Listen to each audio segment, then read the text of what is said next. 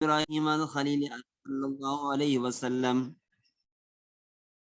وبه قال حدثنا ابو بکر بن ابي شيبة قال حدثنا علي بن مسلم ابن فضيل عن المختار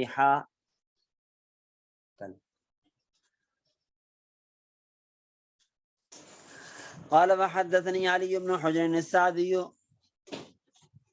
واللفظ له قال حدثنا علي بن مسلم قال اخبرنا المختار بن فلفل عن انس بن مالك رضي الله تعالى عنه قال جاء رجل الى رسول الله صلى الله عليه وسلم فقال يا خير البريه فقال رسول الله صلی اللہ علیہ وسلم ذاک ابراہیم علیہ السلام.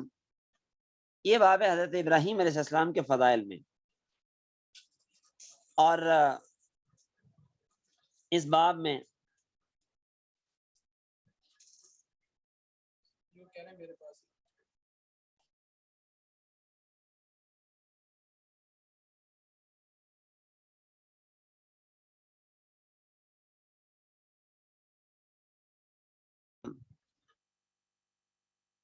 جناب رسول اللہ صلی اللہ علیہ وسلم کے بعد سب سے بڑا درجہ رکھتے ہیں انبیاء میں. اس دھرتی میں اللہ تعالیٰ کے بعد سب سے بڑا مقام ہے جناب رسول اللہ صلی اللہ علیہ وسلم کا، اور جناب رسول اللہ صلی اللہ علیہ وسلم کے بعد سب سے بڑا مقام اور مرتبہ ہے حضرت ابراہیم خلیل اللہ علیہ السلام کا. چنانچہ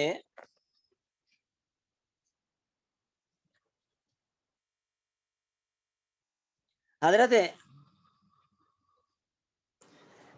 رسول خدا صلی اللہ علیہ وسلم سے ایک شخص نے کہا یا خیر البریہ، اے مخلوقات میں سے سب سے بہتر. تو نبی پاک نے فرمایا وہ تو ابراہیم علیہ السلام ہے. سوال یہ پیدا ہوتا ہے کہ یہ بات تو طے شدہ ہے کہ اللہ تعالیٰ کے بعد سب سے بہترین مخلوقات میں سے جناب رسول اللہ صلی اللہ علیہ وسلم ہے، پھر اس حدیث میں کیوں کہا نبی پاک صلی اللہ علیہ وسلم کو، نبی پاک صلی اللہ علیہ وسلم نے کہ ابراہیم علیہ السلام خیر البریہ ہیں؟ تو علامہ نووی رحمہ اللہ تعالی فرما رہے ہیں قال العلماء انما قال صلی اللہ علیہ وسلم هذا تواضعا واحتراما لابراہیم لخلته وابوته. نبی پاک تواضع و احترام کے طور پہ یہ بات فرما رہے ہیں کیوں ابراہیم علیہ السلام نبی پاک کے جد امجد ہیں اور خلیل اللہ ہیں، ورنہ جناب رسول اللہ صلی اللہ علیہ وسلم ان سے افضل ہیں. اور دلیل دوسری حدیث انا سید ولد آدم، میں آدم علیہ السلام کی تمام اولاد میں تمام اولاد کا سردار ہوں. تمام اولاد میں ابراہیم بھی آگے، اور ایک حدیث میں ولا فخرہ کے الفاظ بھی ہیں. ولا فخرہ کا معنی یہ میں بیان کر رہا ہوں، اللہ نے حکم دیا اس کا بطور بیان کے میں بتا رہا ہوں کہ میں سب کا سردار ہوں.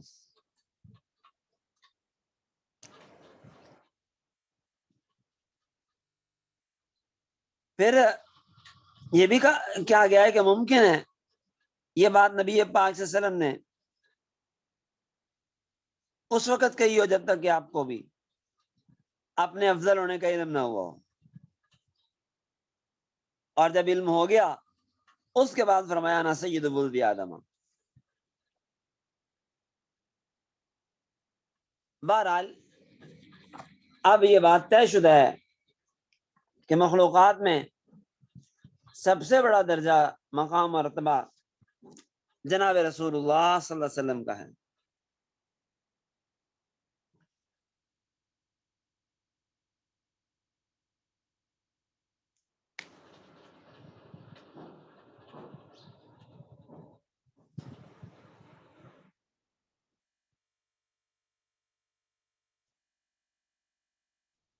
تو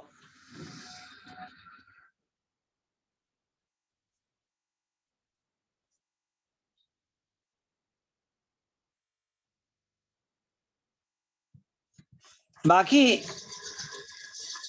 جو نبی پاک نے تواضعاً یہ فرمایا ہے کہ خیر البریت ابراہیم ہے،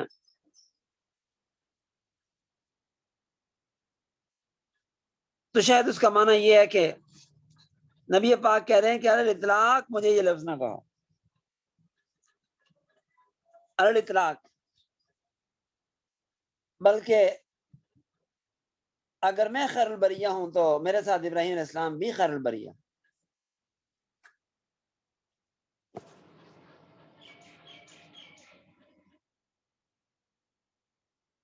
وبه قال حدثنا ابو كريب قال حدثنا ابن ادريس قال سمعت مختار بن فلفل مولى عمرو بن حريث قال سمعت انس رضي الله تعالى عنه يقول قال رسول الله صلى الله عليه وسلم قال رجل يا رسول الله بمثله۔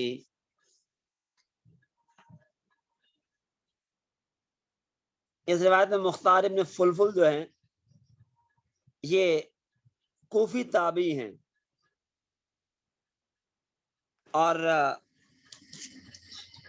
ان کے بارے میں آتا ہے کہ دل کے بڑے نرم تھے، حدیث پڑھاتے تھے تو آنکھوں سے آنسو جاری رہتے تھے۔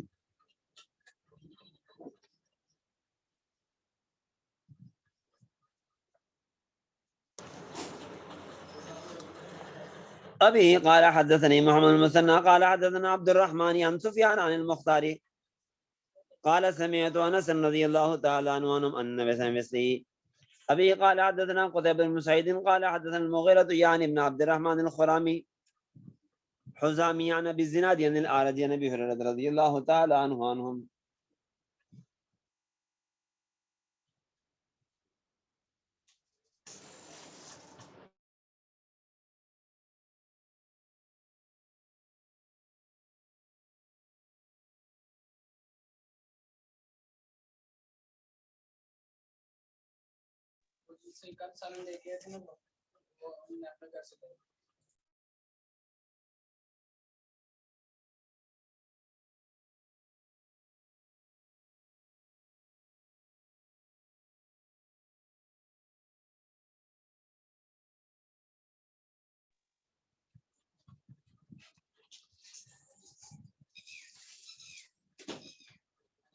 عن ابي الزناد عن الاعرج عن ابي هريرة رضي الله تعالى عنهم قال قال السماء اختتن ابراهيم عليه الصلاة والسلام،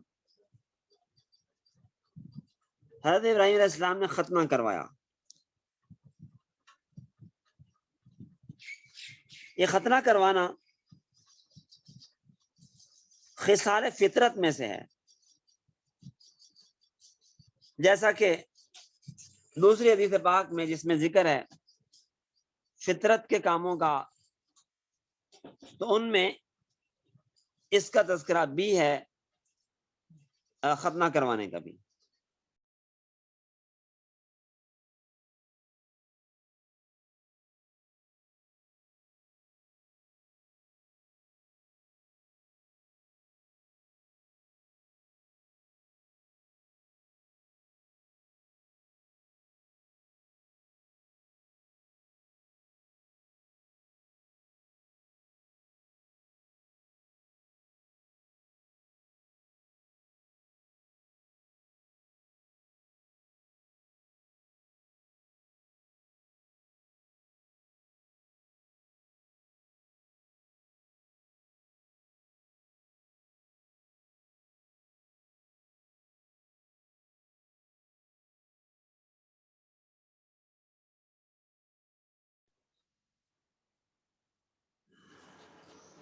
تو ابراہیم علیہ السلام نے ختنہ کروایا،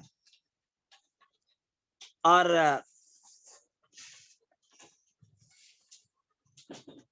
روایت میں ہے وہ ابن 80 سنہ، حضرت ابراہیم علیہ السلام کی اس وقت عمر 80 سال تھی۔ بالقدومی،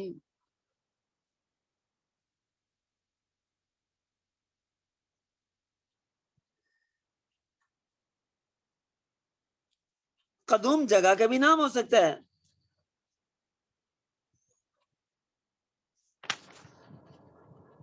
اور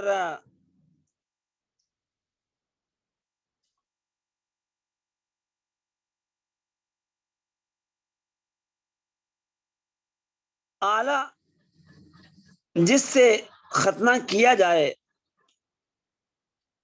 اس کو بھی کہتے ہیں۔ چنانچہ پھاوڑا، کلہاڑی، فاسن جسے عربی میں کہتے ہیں، اسے بھی قدوم کہتے ہیں۔ اگر کلہاڑے کے معنی میں ہو تو پھر با استعانت کی ہوگی، اور اگر مقام ہو تو با ظرفیت کی ہوگی، اور یہ قدوم جگہ ہے ملک شام میں، دونوں معنی ہو سکتے ہیں، کوئی تعارض نہیں ہے۔ قدوم جگہ میں بھاڑے کے ساتھ کروایا ہو، دونوں معنی اکٹھے بھی ہو سکتے ہیں۔ ابراہیم علیہ السلام کی عمر اس وقت 80 سال تھی، جبکہ موطا میں حضرت ابو ہریرہ سے موقوفاً اور صحیح ابن حبان میں مرفوعاً ہے کہ ابراہیم علیہ السلام نے ختنہ کروایا، اس وقت ان کی عمر 120 سال تھی۔ بعض رات نے دونوں کو جمع کرنے کی کوشش کی ہے، لیکن ترجیح دینا زیادہ بہتر ہے، اور ترجیح صحیح ہے ان کی حدیث کو ہے۔ یہ ابن سمانین سنہ والی روایت کو۔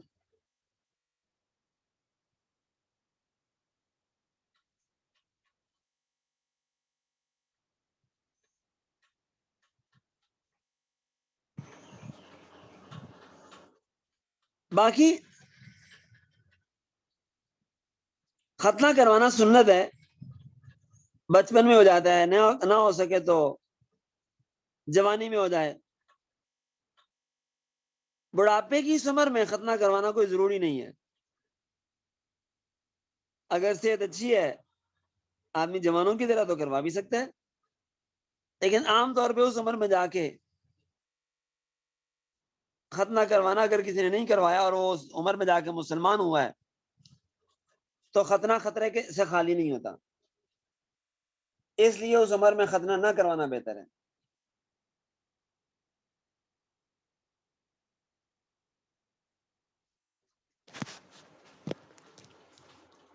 ابھی قال حدثني حرملة بن يحيى قال اخبرنا ابن وهب قال اخبرني يونس عن ابن شهاب ان ابي سلمة بن عبد الرحمن وسعيد بن المسيب عن ابي هريرة رضي الله تعالى عنه ان رسول الله صلى الله عليه وسلم قال نحن احق بالشك من ابراهيم اذ قال ربي ارني كيف تحيي الموتى قال اولم تؤمن قال بلى ولكن ليطمئن قلبي ويرحم الله لوطا عليه السلام لقد كان يأوي الى ركن شديد لو لبثت في سجن طول لبث يوسف عليه السلام لا اجبت الداعي۔ یہ روایت آپ بخاری میں پڑھ چکے ہیں اور یہاں بھی آ گئی، اور بھی ممکن ہے یہ دیگر کتابوں میں بھی آپ پڑھ لی ہوگی جب پڑھ لیں گے۔ تو تشریح تفسیر اس حدیث کی قرآن پاک میں بھی گزر چکی ہے، ترجمے میں بھی آپ پڑھ چکے ہیں، ربی ارنی کیف تحیی الموتى اور وغیرہ آیتوں میں، اور بخاری میں بھی اس کی تشریح پڑھ چکے ہیں اس حدیث کی۔ بخاری کتاب الایمان میں اور مسلم جلد اول کتاب الایمان میں بھی یہ روایت موجود ہے، اور وہاں بھی ممکن ہے آپ نے پڑھ لی ہوگی، یا اگر مسلم یہاں تک نہیں پہنچے تو پڑھ لیں گے، تو تفصیلی تشریح اس کی وہاں آ جائے گی، یہاں تفصیلات کی ضرورت نہیں ہے، یہاں میں صرف خلاصہ عرض کرتا ہوں۔ نبی پاک صلی اللہ علیہ وسلم نے فرمایا کہ ہم ابراہیم علیہ السلام سے زیادہ حقدار ہیں شک کے، یعنی ابراہیم علیہ السلام نے جو کہا تھا نا لیطمئن قلبی، اطمینان قلب کے لیے، تو یہ کوئی ایسی بڑی بات نہیں ہے، شک ہمیں بھی ہو سکتا ہے، اور وہ تو بڑے آدمی تھے، ہم زیادہ لائق ہیں شک کے۔ یہ بات حضرت ابراہیم علیہ السلام فرما رہے ہیں۔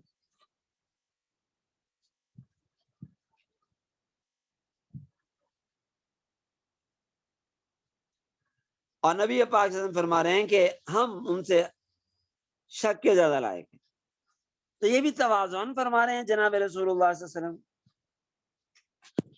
یا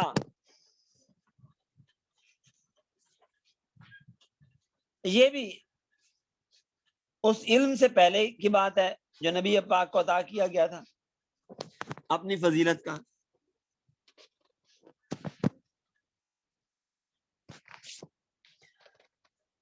تو ترجمہ دیکھیے گا، فرمایا کہ ہم زیادہ لائق ہیں شک کے ابراہیم سے جب انہوں نے کہا اے رب مجھے دکھا کیسے تو مردوں کو زندہ کرتا ہے۔ کہا کیا تو ایمان نہیں لاتے؟ کہا کیوں نہیں، لیکن تاکہ میں میرا دل مطمئن ہو جائے۔ اور اللہ تعالیٰ رحم کرے لوط علیہ السلام پر، لقد کان یاوی الی رکن شدید، انہوں نے کہا آوی الی رکن شدید، تو رکن شدید اللہ تعالیٰ سے زیادہ اور کون ہو سکتا ہے؟ اور وہ بیچارے گھبراہٹ میں پریشان ہو کے یہ جملہ کہہ بیٹھے۔ اور یوسف علیہ السلام جتنا عرصہ جیل میں رہے، اگر میں اتنا عرصہ رہتا تو میں بلانے والے کی بات تو فوراً قبول کرتا اور فوراً نکل جاتا جیل سے، لیکن یوسف علیہ السلام نے فرمایا کہ جب تک میری پاک دامنی ثابت نہیں ہوگی میں جیل سے نہیں نکلتا۔ تو یہ ان کی فضیلت ہے۔ جزوی فضائل بھی ہو سکتے ہیں، اس لیے کہ جزوی فضیلت ہے ایک کو دوسرے پہ ہو سکتی ہے، کوئی ایسی بڑی بات نہیں ہے۔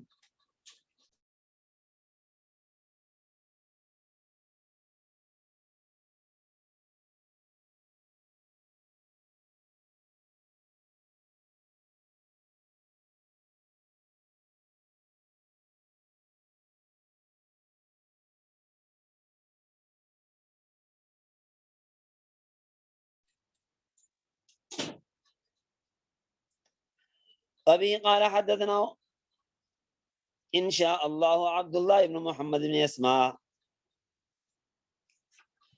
قال حدثنا جویریۃ عن مالک عن الزہری ان سعید بن المسیب وابا عبید اخبراه عن ابی ہریرہ رضی اللہ تعالی عنہ عن رسول اللہ صلی اللہ علیہ وسلم امانا حدیث یونس عن الزہری ابھی قال حدثني زهير بن حرب قال حدثنا شبابة قال حدثني ورقة عن ابي الزناد عن الاعرج عن ابي هريرة رضي الله تعالى عنه عن النبي صلى الله عليه وسلم قال اغفر الله للوط عليه السلام انه آوى الى ركن شديد ابيه قال حدثني ابو الطاهر قال اخبرنا عبد الله بن وهب قال اخبرني جرير بن حازم عن ايوب السختياني ام محمد بن سیرین عن ابی ہریرہ رضی اللہ تعالی عنہ ان رسول اللہ صلی اللہ علیہ وسلم قال لم يكذب ابراہیم النبی صلی اللہ علیہ وسلم لم يكذب ابراہیم النبی صلی اللہ علیہ وسلم قط الا ثلاث كذبات یا كذبات سنتين في ذات الله تعالى قوله اني سقيم وقالوا بل فعله كبيرهم هذا واحدة في شان سارة فإنه قدم أرض جبار ومعه سارة وكانت أحسن الناس فقال لها إن هذا الجبار إن يعلم أنك امرأتي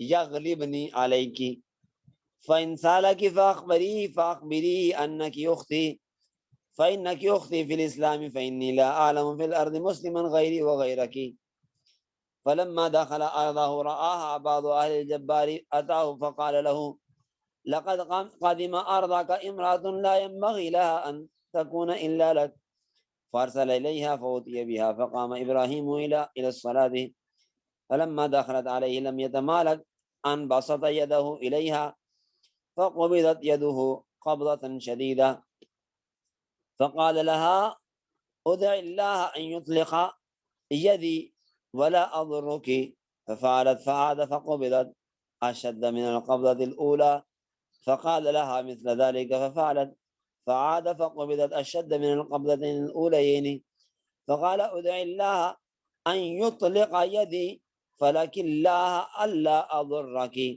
ففعلت وأطلقت يده ودعا الذي جاء بها فقال له إنك إنما أتيتني بشيطان ولم تأتني بإنسان فأخرجها من أرضي وآتها هاجر. قال فأقبلت تمشي فلما رآها إبراهيم انصرف فقال لها ما هي؟ قالت خيرا كف الله يد الفاجر وأخدم خادما. قال أبو هريرة فتلك أمكم يا بني ماء السماء.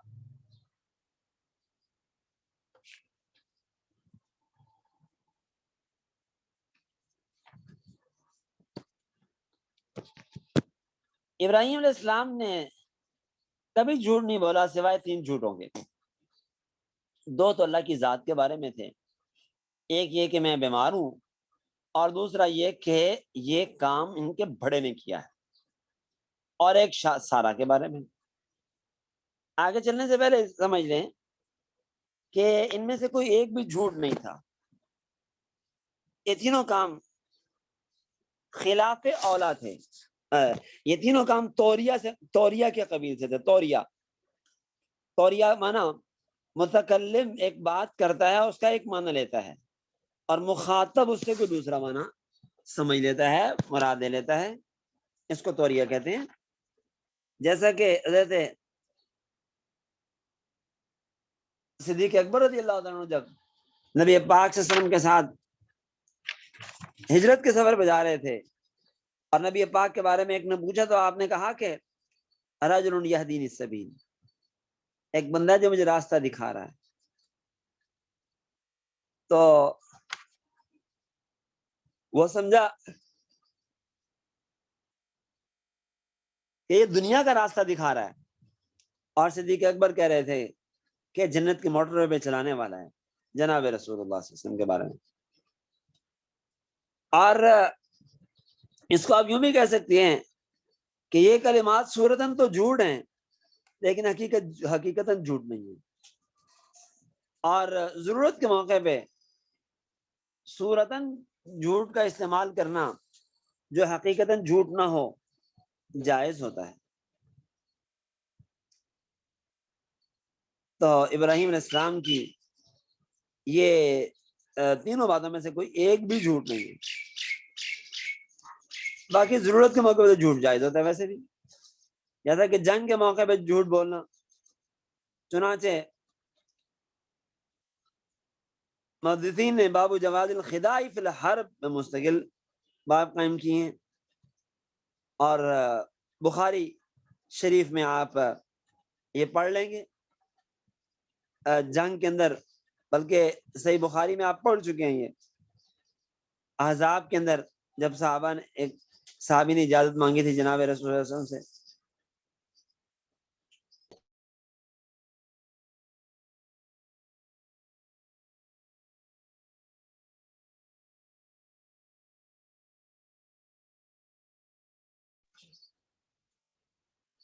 تو باقی رہا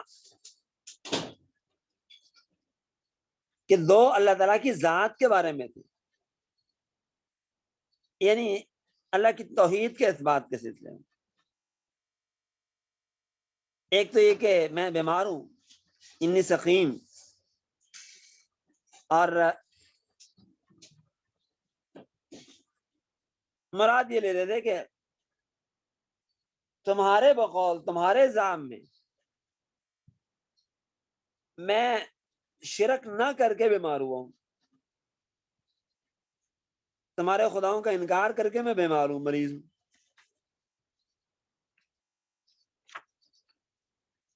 اور بل فعلہ کبیرہم ھذا،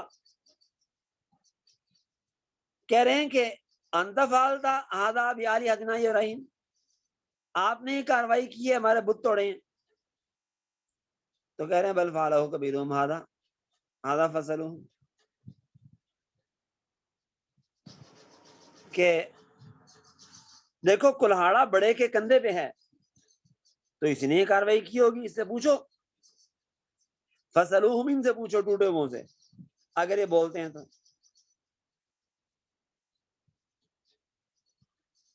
یعنی اگر یہ بولتے ہیں تو پھر تو بڑے نے کیا ہوگا یہ کاروائی ساری، یعنی ان میں حص ہے، طاقت ہے، صلاحیت ہے، تو بڑے خدا نے چھوٹے خداؤں کو مارا ہوگا. اور جب یہ بولتے نہیں تو پھر یہ خدا نہیں ہے، ٹوٹ گئے ہیں پھر خدا نہیں ہے. اور ایک سارا کے بارے میں تھا، فَإِنَّهُ قَدْ مَارَدَ جَبَّارٍ، حضرت ابراہیم علیہ السلام ایک ظالم جابر بادشاہ کی زمین میں آئے. کہتے ہیں اس کا نام تھا عامر ابن امرؤ القیس ابن سبا، مصر کا بادشاہ تھا اور یہاں سے گزر رہے تھے. یہ بھی کہا گیا کہ اردن کا بادشاہ تھا.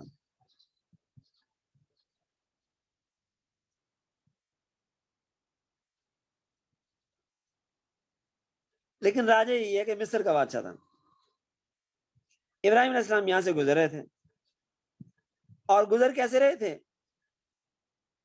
ملک شام میں رہتے تھے، ملک شام میں قحط پڑ گیا، اپنی بیوی کو لے کے مصر کی طرف چلے.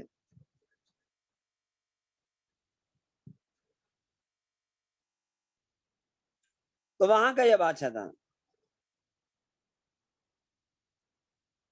کہتے ہیں کہ یہ سب سے پہلا فرعون تھا،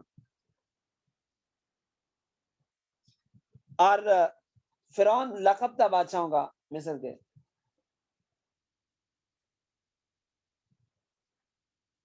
اور اس کا دستور یہ تھا کہ اس کے ملک میں جو کوئی بھی خوبصورت عورت آ جاتی یہ اسے پکڑواتا اور پکڑوا کے اپنے ملکیت میں لے لیتا تھا.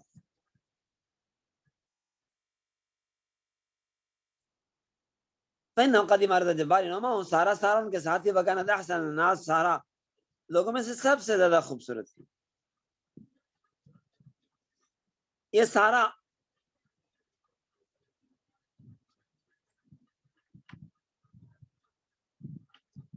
کس کی بیٹی تھی؟ تو یہ بھی کہا گیا کہ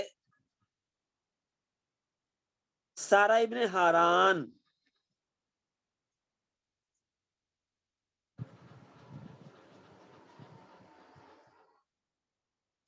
ہاران کی بیٹی تھی.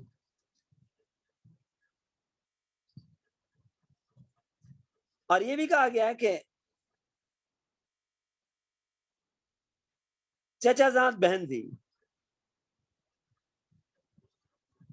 بنت عمہ ہی، چچا زاد بہن سے نکاح ہو جاتا ہے تو وہ تھی.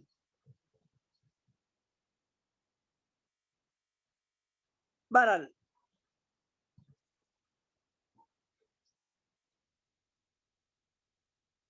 ابراہیم علیہ السلام نے کہا کہ یہ ظالم بادشاہ اگر جان لے گا کہ آپ میری بیوی ہیں تو آپ کو مجھ سے چھین لے گا. اگر وہ آپ سے سوال کرے تو اسے بتا دینا کہ آپ میری بہن ہیں، چونکہ وہ بیوی چھینتا ہے، بہن نہیں چھینتا.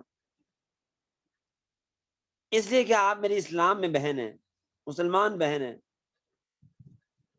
اسلامی رشتہ ہے.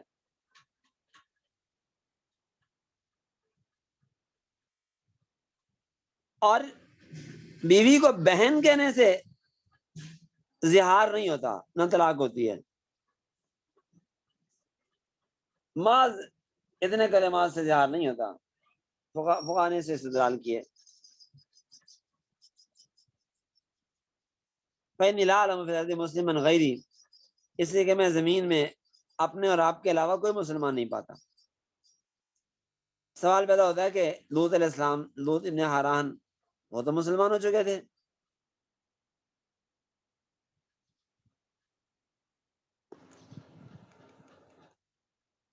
تو جواب دیتے ہیں کہ ممکن ہے جس زمین میں یہ تھے وہاں کہہ رہے ہوں کہ اس زمین میں، اور لوط علیہ السلام اس زمین میں، مصر کی زمین میں نہیں تھے اس وقت.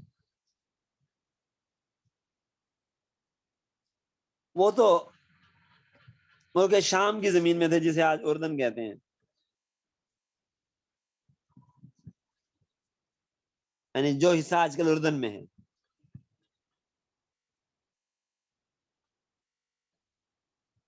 بہرحال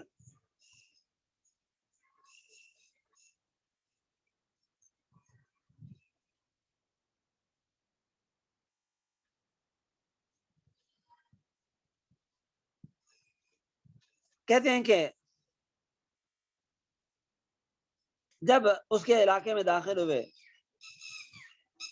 تو ظالم بادشاہ کے بندوں نے دیکھ لیا،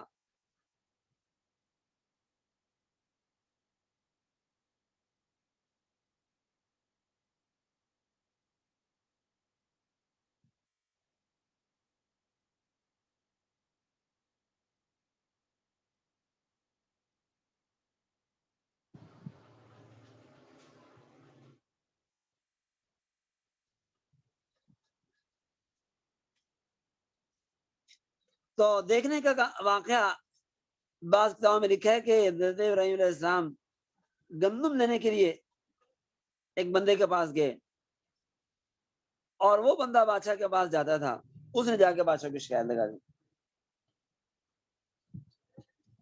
بہرحال جیسے بھی ہوا،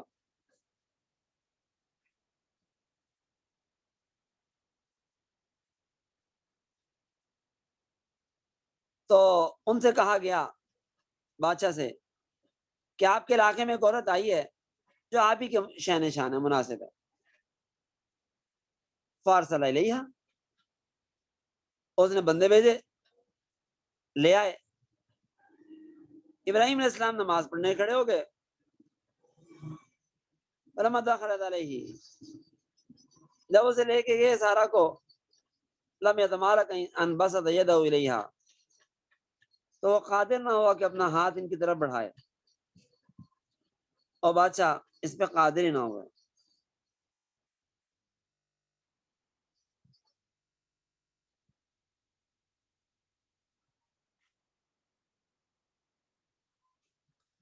اور لکھا بعض روایات میں کہ سارا وضو کر کے کھڑی ہوگی نماز پڑھنے کے لیے، اور دعا کی اللہ سے، اللہم ان کنت آمنت بکا وبرسولک واحسنت فرجی الا علی زوجی فلا تسلط علی الکافر، اللہ اگر میں تجھ پر ایمان لائی ہوں، تیرے رسول پر، اور اپنی شرمگاہ کو اپنے شوہر کے علاوہ میں نے محفوظ رکھا ہے، آج کافر کو مجھے مسلط نہ کرنا۔ چنانچہ ایسا ہی ہوا، وہ ہاتھ آگے بڑھایا لیکن ہاتھ بڑھا نہ سکا، اور قبضت یدہ قبضۃ شدیدہ، اس کے ہاتھ میں راشا آ گیا، یا کیا کہتے ہیں فالج گر گیا، ہاتھ آگے نہ بڑھا سکا۔ اور نے کہا اللہ سے دعا کر کے اللہ میرا ہاتھ ٹھیک کر دے، میں تجھے نقصان نہیں پہنچاؤں گا۔ دعا کی، ہاتھ ٹھیک ہوا، آدھا ہو، پھر اس نے آگے ہاتھ بڑھایا، پھر پہلے سے زیادہ ہاتھ میں تکلیف ہو گئی، پھر اس نے ویسے ہی کہا، سارا نے پھر دعا کی، ہاتھ پہ ٹھیک ہوا، پھر وہ واپس لوٹا، پھر پہلے 2 مرتبہ سے زیادہ اس کا ہاتھ میں تکلیف آ گئی۔ اس نے کہا کہ دعا کر اللہ تعالیٰ میرا ہاتھ ٹھیک کر دے، تو اللہ کا واسطہ ہے کہ میں تجھے نقصان نہیں پہنچاؤں۔ دعا کی، ہاتھ ٹھیک ہوا، جو لے کر آیا تھا اس نے اس کو کہا کہ تو میرے پاس کوئی شیطان لے آیا ہے، انسان تو نہیں لایا، اسے میرے علاقے سے نکال دے اور ہاجرہ انہیں دے دے۔ کہتے ہیں ہاجرہ اس بادشاہ کی بیٹی کا نام تھا،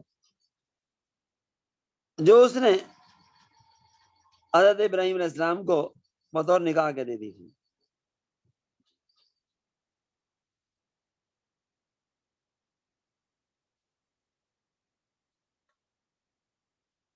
اور صرف اسی خوشی میں کہ نیک لوگ ہیں، ان کے ساتھ میری بیٹی بھی رہے گی، تو میری بیٹی بھی خوش رہے گی۔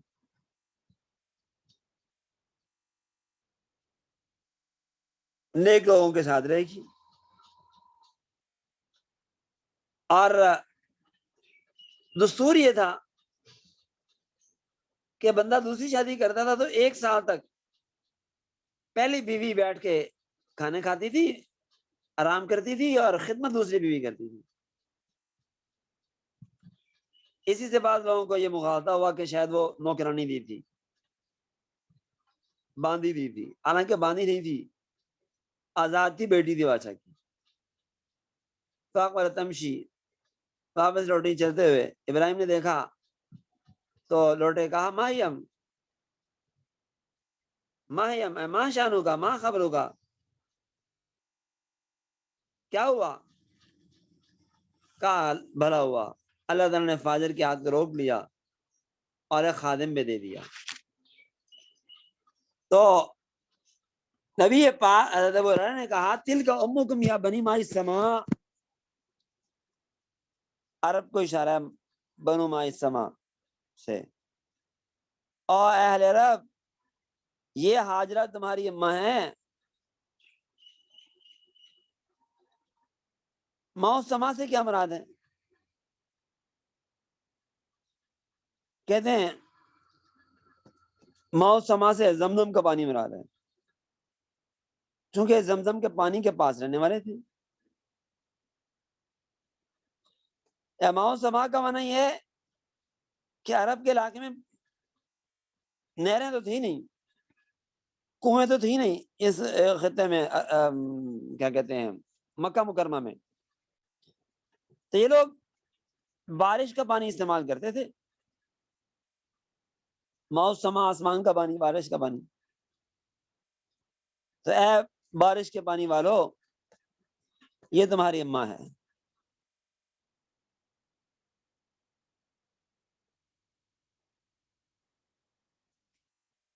اور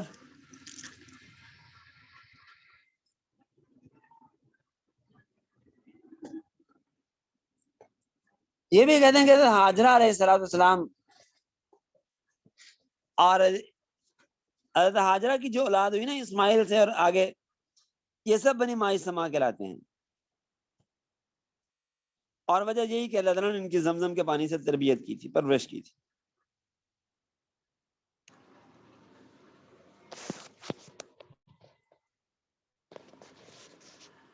باب من چلیں بس وقت پورا ہو چکا ہے، اگلا باب انشاءاللہ آئندہ سبق میں پڑھیں گے، آج اس پہ اتفاق کرتے ہیں۔ هذا المرام۔